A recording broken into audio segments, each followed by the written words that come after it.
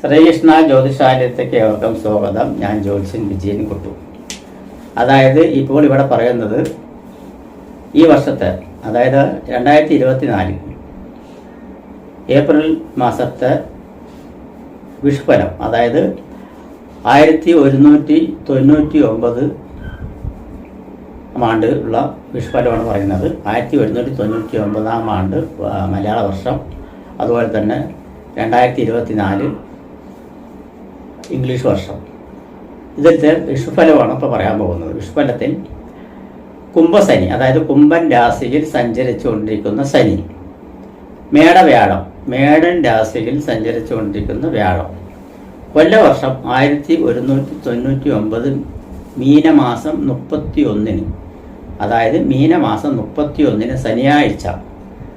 ശനിയാഴ്ച ഉദയായി, അതായത് ഉദയത്തിന് ശേഷം 36 നാഴികയും 6 വിനാഴിയും, 36 നാഴികയും 6 വിനാഴിയും, ഉദയത്തിന് ശേഷം 36 നാഴികയും 6 വിനാഴിയും ചെന്നതിന് ശേഷമാണ് മീനത്തിൽ നിന്നും, അതായത് മീനമാസമാണ്, മീനരാശിയിൽ നിന്നും സൂര്യൻ മേടൻ രാശിയിലേക്ക് അതായത് സൂര്യൻ പറഞ്ഞ രവി സംക്രമിക്കുന്നത്. അപ്പം മേഷ വിഷു സംക്രമം എന്ന് പറയും. മേടരാശിയിൽ സൂര്യൻ പ്രവേശിക്കുന്ന സമയത്തിനെ അടിസ്ഥാനപരമാക്കിയിട്ടാണ് വിഷുഫലം പറയുന്നത്. അപ്പോൾ മേടൻ രാശിയിലേക്ക് മീനൻ രാശിയിൽ നിന്നും മേടൻ രാശിയിലേക്ക് മാറുന്നത്, അതായത് സൂര്യൻ മാറുന്നത് മീനമാസം 31-ാം തീയതി 36 നാഴിക, ഉദയത്തിന് ശേഷം 36 നാഴികയും 6 വിനാഴിയും, അതായത് ശനിയാഴ്ച. അതായത് സമയം നമുക്ക് IST സമയം പറയുകയാണെങ്കിൽ രാത്രി 8:22 രാത്രി 8:22 വരുന്നത്. അപ്പോൾ ആ സമയത്ത് മകീര നക്ഷത്രമാണ് വരുന്നത്. മകീര നക്ഷത്രത്തിലാണ് ചന്ദ്രൻ സഞ്ചരിച്ചുകൊണ്ടിരിക്കുന്നത്. മകീര നക്ഷത്രത്തിലാണ്. ശുക്ലപക്ഷ ഷഷ്ടി പറഞ്ഞ വെളുത്ത പക്ഷം, അതായത് കറുത്ത ബാബിന് ശേഷമുള്ള ഷഷ്ടി, 6ാമത്തെ ദിവസം ഷഷ്ടി തിഥിയും പന്നികരണവും, കരണം വന്നിട്ട് പന്നികരണമാണ്. ശോഭനനാമ നിത്യയോഗവും നല്ലതാണ്. പന്നികരണവും ശോഭനനാമ നിത്യയോഗവും കൂടിയ മിഥുനക്കൂറ്റിൽ, അതായത് മിഥുനൻ രാശിയിലാണ് ചന്ദ്രൻ സഞ്ചരിച്ചുകൊണ്ടിരിക്കുന്നത്. അപ്പം മിഥുനക്കൂറ്റിൽ തുലാ ലഗ്ന സമുച്ചയത്തിൽ, അതായത് ആ സമയത്ത് ഉദിച്ചു വരുന്ന ലഗ്നം എന്ന് പറയുന്നത് തുലാ ലഗ്നമാണ്. അപ്പോൾ തുലാ ലഗ്ന സമുച്ചയത്തിൽ അഗ്നി ഭൂതോദയം കൊണ്ട്, ഭൂതോദയം പറഞ്ഞാൽ ആ സമയത്തുള്ള ഭൂതം ഏതാണ് ചോദിച്ചു പറഞ്ഞാൽ അഗ്നിയാണ്. അഗ്നി ഭൂതോദയത്തിൽ മേഷ വിഷു സംക്രമം, അതായത് വിഷു സംക്രമം വരുന്നത് ഈ സമയത്താണ് എന്നുള്ളതാണ് പറയുന്നത്. ആ സമയത്ത് തുലാ ലഗ്നമാണ് ഉദിച്ചു വരുന്ന ലഗ്നം എന്ന് പറയുന്നത്. ആ തുലാ ലഗ്ന പ്രകാരം തന്നെ ഗ്രഹസ്ഥിതി ഒന്ന് ചിന്തിച്ചു കഴിഞ്ഞാൽ തുലാ ലഗ്നത്തിന്റെ 3-ാം ഭാവത്തിൽ ഗുളികനാണ് നിൽക്കുന്നത്. 3-ാം ഭാവത്തിൽ വ്യാഴക്ഷേത്രത്തിൽ ഗുളികനാണ് നിൽക്കുന്നത്. 5-ാം ഭാവത്തിൽ ചൊവ്വയും ശനിയും കൂടി നിൽക്കുന്നുണ്ട്. 5-ാം ഭാവത്തിൽ, അതായത് കുംഭൻ രാശിയിൽ ശനിയും ചൊവ്വയും കൂടി നിൽക്കുന്നുണ്ട്.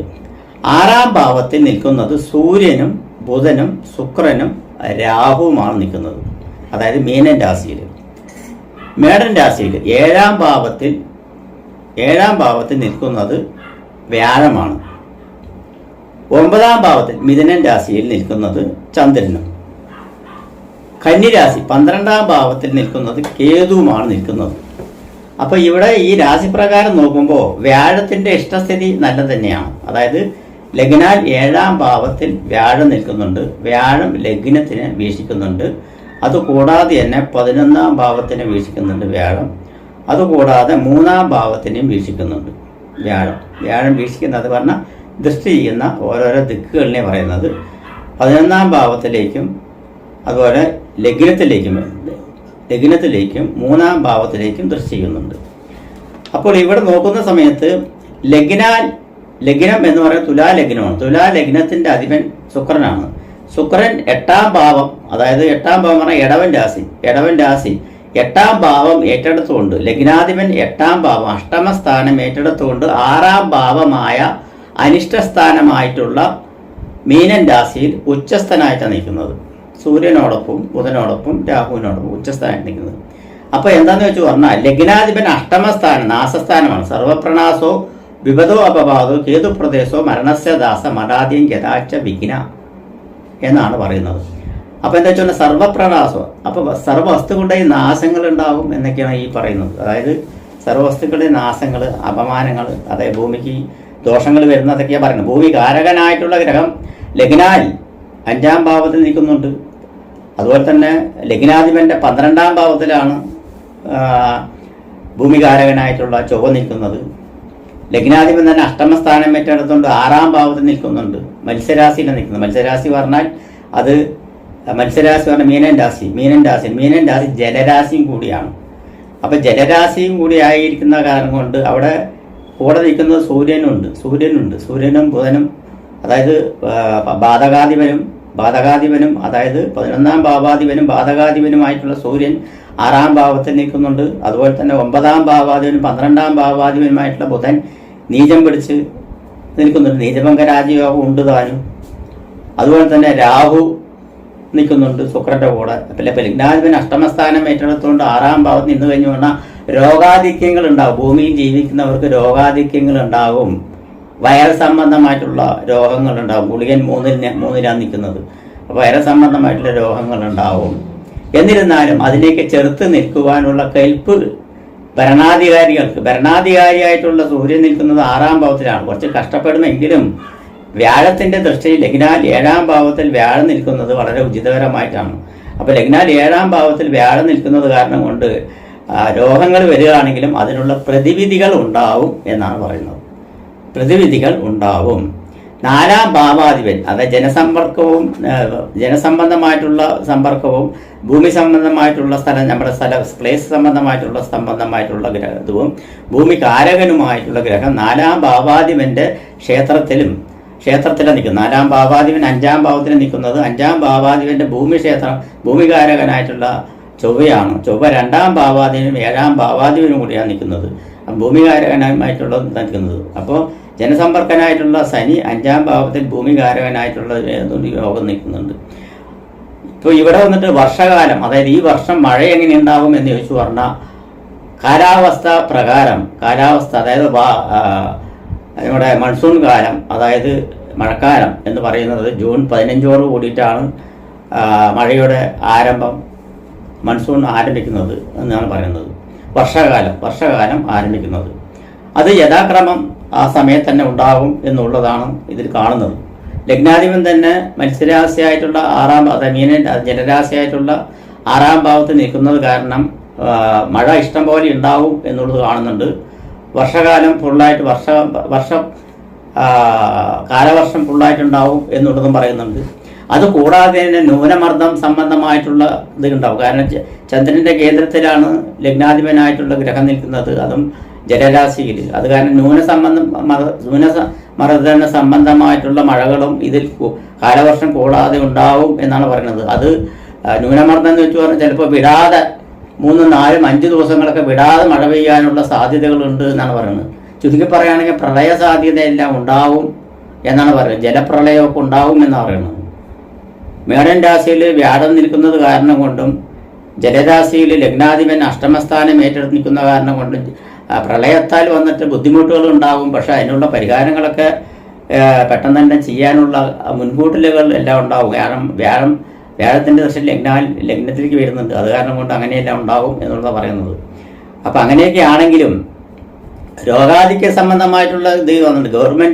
ഗവൺമെന്റ് സംബന്ധമായിട്ടുള്ള ലെവലിൽ നോക്കുന്ന സമയത്ത് ഗവൺമെന്റ് കാരകനായിട്ടുള്ള ഗ്രഹം 6ാം ഭാവത്തിലാണ്. അപ്പോൾ ഗവൺമെന്റിന് ഭയങ്കര ബുദ്ധിമുട്ടുകളും കാര്യങ്ങളൊക്കെ ഉണ്ടാകും. ചേർത്ത് നിൽക്കാൻ ബുദ്ധിമുട്ടുകൾ ഉണ്ടാവും. അതുപോലെ തന്നെ ധനസംബന്ധമായിട്ടുള്ള പ്രശ്നങ്ങളുണ്ടാവും, ഫൈനാൻസ് സംബന്ധമായിട്ടുള്ള പ്രശ്നങ്ങളുണ്ടാവും, ഭരണാധികാരികൾക്ക് ഭയങ്കര ബുദ്ധിമുട്ടുകളുണ്ടാവും എന്നൊക്കെയാണ് ഈ വിഷുഫലത്തിൽ പറയുന്നത്. എന്നിരുന്നാലും അതിനെല്ലാം തരണം ചെയ്ത് കൊണ്ടുപോകാനുള്ള കഴിവ് ഉണ്ടാവും എന്നുള്ളതും വ്യാഴൻ 7ാം ഭാവത്തിൽ വ്യാഴൻ ഇഷ്ടസ്ഥാനത്തിൽ വന്ന് നിൽക്കുന്നത് വളരെ ഭാഗ്യമായിട്ടാണ് കാണുന്നത്. അത് കാരണം കൊണ്ട് തന്നെ എന്ത് തന്നെ വന്നാലും അതിനുള്ള പ്രതിവിധികൾ ഉണ്ടാവും എന്നാണ് പറയുന്നത്. അപ്പോൾ ഇങ്ങനെയാണ് വിഷുപ്പനം വരുന്നത്. അപ്പോൾ വിഷുഫലത്തിൽ നമുക്ക് ഓരോ നക്ഷത്രക്കാർക്കുള്ള ഫലം എങ്ങനെയുണ്ട് എന്ന് നോക്കാം. ചതയ നക്ഷത്രക്കാർക്ക്, അതായത് നേരത്തെ പറഞ്ഞ മാതിരി മഹീരം, രോഹിണി, മഹീരം, തിരുവാതിര. ഇപ്പോൾ തിരുവാതിരയുടെ അനുരഞ്ജന നക്ഷത്രമാണ് ചോതിയുടെ അനുരഞ്ജന നക്ഷത്രമാണ്. അതായത് തിരുവാതിരയുടെ അനുരഞ്ജന നക്ഷത്രം ചോതിയും ചതയുമാണ്. അപ്പോൾ ചതയത്തിനും ഇതുപോലെ വിഷുഫലം പെടുന്നുണ്ടെന്നാണ്. വിഷുഫലം ഏത് നക്ഷത്രത്തിൽ വരുന്നോ അവർക്ക് ദോഷമാണ് ഞാൻ പറഞ്ഞത്. അപ്പോൾ ചതയത്തിന് 3 മാസം, മധ്യസൂര്യകാരൻ 3 മാസം ചതയത്തിന് ദോഷാധിക്യമുണ്ട്. മേടം, ഇടവം, മിഥുനം. അതുകൊണ്ട് തന്നെ ഈ ചതയ നക്ഷത്രം വരുന്ന സമയത്ത് ഋഗ്ധാര, ശിവക്ഷേത്രത്തിൽ, മഹാദേവ ക്ഷേത്രത്തിൽ ഋഗ്ധാര, അതുപോലെ തന്നെ അല്ലാത്ത വർഷം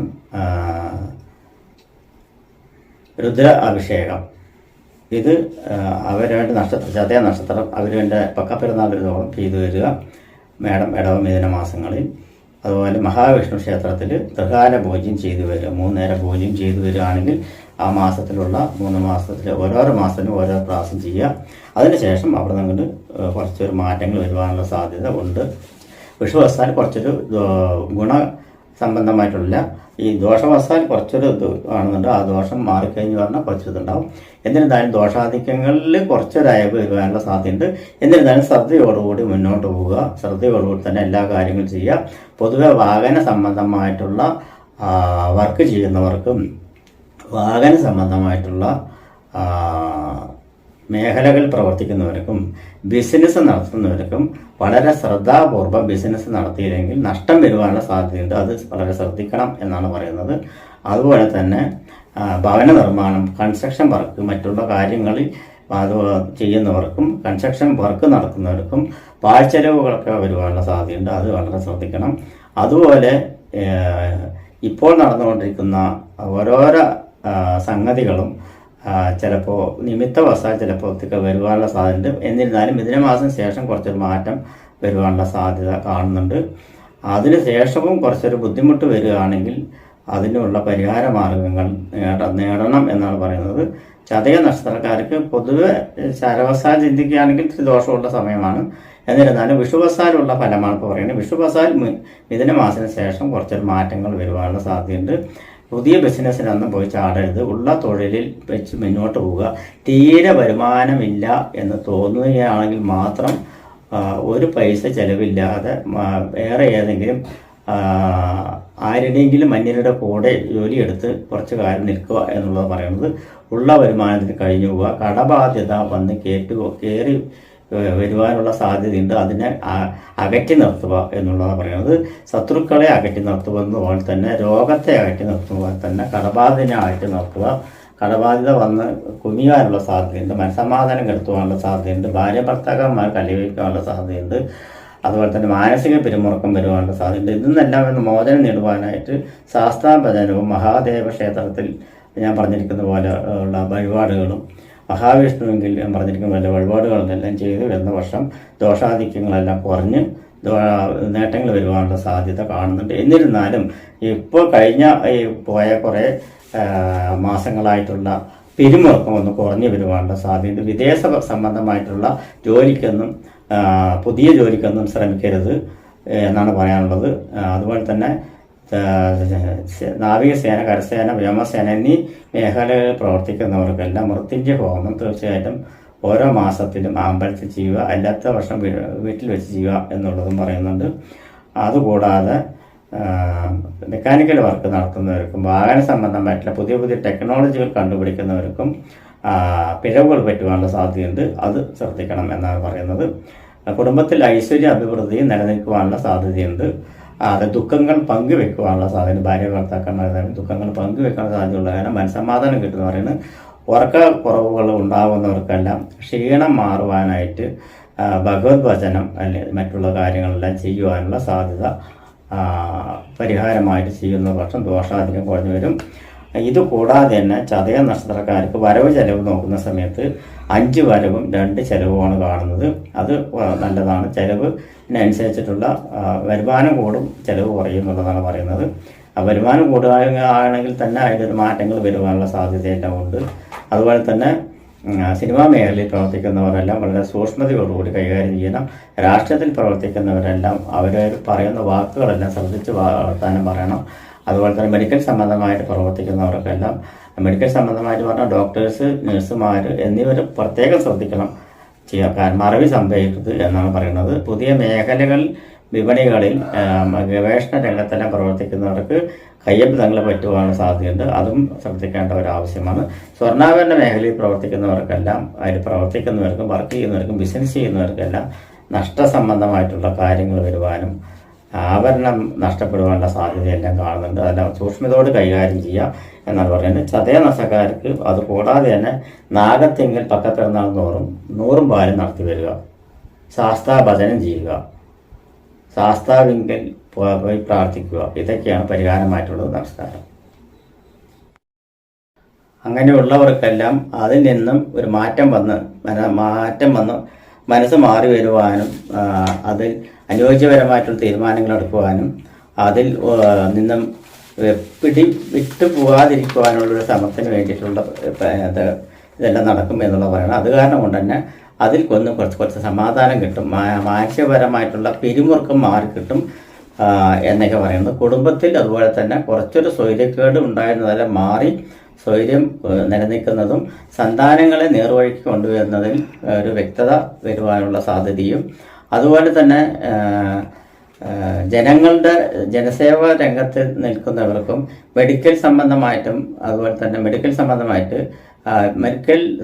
പറയുമ്പോൾ നഴ്സുമാർ, ഡോക്ടേഴ്സുമാർ, ഹോസ്പിറ്റൽ, ഫാർമസ്യൂട്ടിക്കൽ അതുപോലെ അങ്ങനെയുള്ള മെഡിസിൻ സംബന്ധമായിട്ടുള്ള വർക്ക് ചെയ്യുന്നവർക്കും ഡോക്ടർമാർക്കും നഴ്സുമാർക്കും അവർക്ക് ജോലിയിൽ സംബന്ധമായിട്ടുള്ള പുരോഗമനങ്ങളും മറ്റുള്ള കാര്യങ്ങളും നേട്ടങ്ങളും വരുവാനും കുറച്ചൊരു ഇമേജ് എല്ലാം കുറഞ്ഞിരിക്കുന്നവർക്ക് ആ ഇമേജ് എല്ലാം വീണ്ടെടുക്കുവാനുള്ള സാധ്യതയും പുതിയ ടെക്നോളജി വശാൽ ചെയ്യാൻ പറ്റുന്ന കാര്യങ്ങളെല്ലാം വിജയകരമായി ചെയ്തു വരികയും അതുപോലെ തന്നെ ഫാർമസ്യൂട്ടിക്കൽ രംഗത്ത് പുതിയ ഉണർവ് വരികയും പുതിയ മേഖലകൾ സൃഷ്ടിക്കുകയും ചെയ്യുന്ന ഒരു അനുഭവമെല്ലാം ഉണ്ടായി വരുവാനുള്ള സാധ്യത കൂടുതലായിട്ട് തന്നെ ഈ ഔട്ട നക്ഷത്രക്കാർക്ക് കാണുന്നുണ്ട് എന്നാണ് പറയുന്നത്.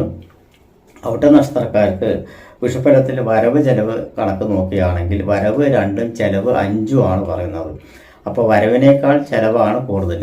വെറും വരവ് 2ഉം ചെലവ് 5ഉം ആണെങ്കിൽ അത് ബുദ്ധിമുട്ടായിട്ട് തന്നെ വരിക.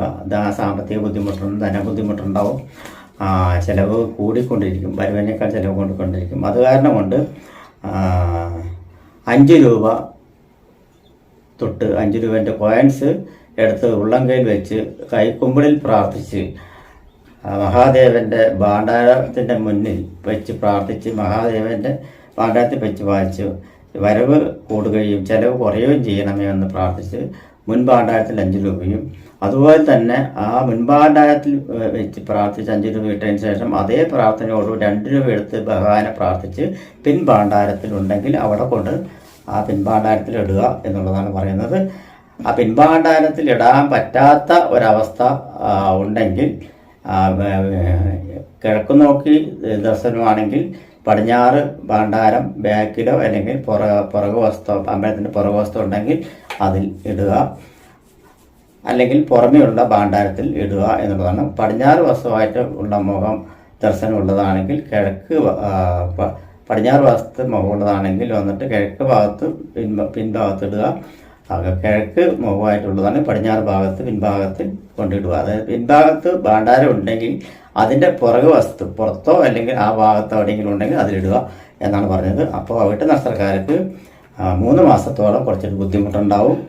ആ ബുദ്ധിമുട്ടിന് പരിഹാരം ചെയ്യുക. അതിനുശേഷം അവിടെ നിങ്ങോട്ടുള്ള സമയം വിഷുവസാൽ നിങ്ങൾക്ക് ഗുണകരമായിട്ടുള്ള സമയമാണ്.